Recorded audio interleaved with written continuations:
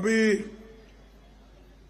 मैं यही कहने आया हूं, अब इलेक्शन बहुत करीब है। यहाँ पर कब है? 17 तारीख के दिन आपको अपना मत चलाना है और गए बार आपने कांग्रेस को वोट देकर कांग्रेस पार्टी को जिताया और भूपेश बघेल को चीफ मिनिस्टर बनाया। मैं ये चाहूंगा फिर से आप कांग्रेस पार्टी को अधिकार में लाएंगे और जो कांग्रेस पार्टी के कार्यक्रम हैं वो पूरे उसका फायदा आपको मिलेगा। जो उन्होंने बताया, चाहे गैस सिलेंडर का हो, 2000 यूनिट बिजली का हो, चाहे केजी से लेकर पीजी तक पढ़ाई का हो, ये सारी चीजें जो वायदा किए हैं हम करके दिखाएंगे। हम जो मोदी के जैसा कह के बोल के भागने वाले नहीं हैं और झूठ बोलने वाले नहीं हैं या जुमलेबाजी करने वाले नहीं हैं। मोदी जी ने क्या कहा आपको इलेक्शन से पहले? एक एक को बाहर से काला धन लाकर हर एक के जेब में 15-15 लाख डालेंगे। कहा या नहीं कहा? और दूसरी बात क्या कहा उन्होंने ये कहा कि 2 करोड़ नौकरियां हमारे देश के नौजवानों को दूंगा। दिए 2 करोड़ नौकरियां। आज तक 18 करोड़ नौकरियां देना था, वो दिए नहीं, तो वो भी झूठ निकले। तो ये झूठ बोलने वाले लोग हैं। किसानों की आमदनी मैं डबल करूंगा, उन्होंने कसम खा खा कर ये कहा, वायदे किए, लेकिन ना किसान को दिए, ना युवक को दिए, ना उन्होंने अपना वायदा गरीबों के लिए किया, जो किया था वो निभाया नहीं। लेकिन बोले जैसा चाले, जो बोलता है वैसा जो करता भी है, वो है कांग्रेस पार्टी और भूपेश बघेल की सरकार। तो इसलिए मैं आपसे यही प्रार्थना करूंगा कि जो लोग आपको भरोसा दिलाते हैं, वो जो अमल में भी लाते हैं, आपको उनको ही वोट देना चाहिए। हमारे नेता राहुल गांधी जी देश को एक करने के लिए कन्याकुमारी से लेकर कश्मीर तक पैदल चले। भारत जोड़ो यात्रा किसी ने किया है? किसी को देखा है?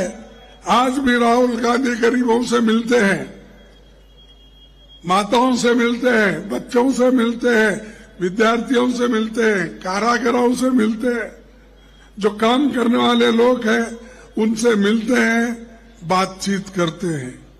आप कभी मोदी को बात करने का देखा नजदीक से? या कहीं मोदी जी किसी को हाथ मिलाते वक्त देखा है आपने? नहीं देखा। वो सिर्फ उसको फोटो देखते हैं आप, दूरदर्शन, दूर से दर्शन देते हैं, नजदीक किसी के हाथ में नहीं आते। तो ये गरीबों के प्रति उनका ये भाव है कि वो हमेशा दूर रहना चाहते हैं, लेकिन गरीबों की बात करके वोट बटोरना चाहते हैं। अगर आप गरीबों की बात करके एक तरफ वोट लेते हैं तो दूसरी तरफ आप झूठ क्यों बोलते हैं? काम करके दिखाइए। ये हमारे देश इधर जल रहा है, मणिपुर में क्या हो रहा है? मणिपुर जल रहा है, लेकिन आज तक एक दिन भी मोदी जी मणिपुर नहीं गए वहां के लोगों को समाधान करने के लिए, महिलाओं से मिलने के लिए, वहां के बच्चों को मिलने के लिए। घर जल गए, संपत्ति वहां लूटी गई, महिलाओं का रेप हुआ, उस वक्त मोदी जी को वो याद नहीं आता। अभी गांव-गांव फिरते हैं वोटों के लिए, आपके पास भी आएंगे, लेकिन मणिपुर नहीं जाएंगे किसी का दुख पूछने के लिए, दर्द पूछने के लिए। तो ऐसा प्रधानमंत्री देश में है जो गरीबों के बारे में कुछ सोचता नहीं, सिर्फ सोचता एक ही है कि वोट लेने के लिए कहां जाना, कहां भाषण करना। दूसरा, इतने देश उन्होंने फिरे, इतने फॉरेन कंट्रीज को गए, लेकिन जहां दंगे होते, फसाद होते, लूट होते, वहां पर जाकर समाधान करने की शक्ति उनमें नहीं है।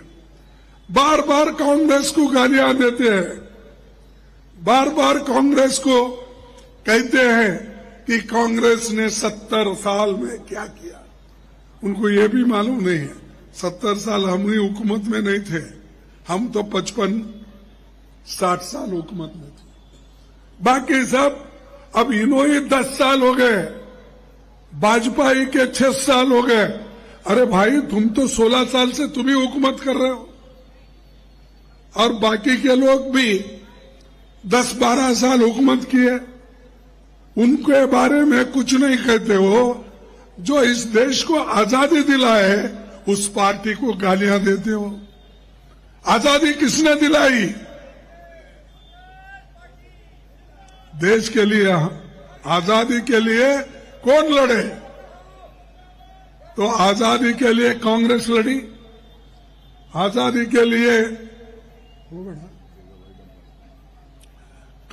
आजादी के लिए कांग्रेस लड़ी, और देश के जमहूरियत को बचाने के लिए, लोकतंत्र को बचाने के लिए, संविधान को बचाने के लिए कांग्रेस काम की। आज संविधान जिंदा है, डेमोक्रेसी जिंदा है, इसलिए मोदी साहब तुम प्रधानमंत्री होके बैठे हो। अगर नहीं होती कांग्रेस, तुम प्रधानमंत्री नहीं बनते। और देश का संविधान हम लिखकर सब गरीबों को जो वोटिंग का अधिकार दिए, उससे बने आप। तो इसलिए भाइयों, मैं ज्यादा वक्त न लेते हुए मैं इतना ही कहूंगा, जो वायदे हमने किए हैं वो सब निभाएंगे। और ये तो ऐसे है, बाप कमाया बेटा घुमाया बोले जैसा, हम एयरपोर्ट बनाए, बेच के खा रहे। हमने बहुत से बड़े बड़े कारखाने किए, आदानी को, अंबानी को, वो कोई बड़े बड़े अमीर लोग हैं, उनको बेच रहे। कमाना हमारे और आप लोगों ने जो बहुत मेहनत करके ये देश को खड़ा किया था, पब्लिक सेक्टर बनाया था, इस पब्लिक सेक्टर को उन्होंने उद्योगपतियों को एक एक करके बेच रहे। जो आदमी संपत्ति बेचता देश का, वो आदमी बहुत दिन देश के भलाई के लिए नहीं सोचता। इसलिए भाइयों, मैं यही कहूंगा, आप सभी लोग आगे आने वाले इलेक्शन में कांग्रेस पार्टी को, हाथ के चिन्ह को वोट देंगे ना? हाथ उठाइए, देंगे। तो आपकी जो मंशा है और आप जो दिल से हाथ उठा रहे, निश्चित रूप से कांग्रेस पार्टी यहां से चुन के आएगी और आपकी भलाई होगी। धन्यवाद आप सभी को, धन्यवाद। जय हिंद, जय हिंद, जय Hind. Welcome to K-Mall, a premium project by Kaleen Group. K-Mall is in the heart of Kolkata's electronic, garment and lifestyle hub, Khidirpur. K-Mall, which is designed as a world-class mall, is the outcome of endless effort of our experts, combined with modern superb techniques and new age design. Book now